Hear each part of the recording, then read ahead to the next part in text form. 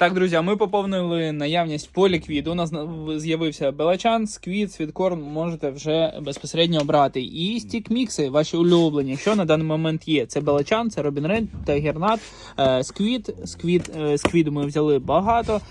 Далі сквід копен, світкорн, крілю також багато взяли, і суперфіш. Тому, якщо ви будете їхати на сесії, якщо ви хочете ловити реально класного коропа, то безпосередньо переходьте за посиланням в шапці профілю, там є наш сайт і є розділ прикормка, де ви можете це обирати. Тому до зустрічі на сайті і гарних вам уловів!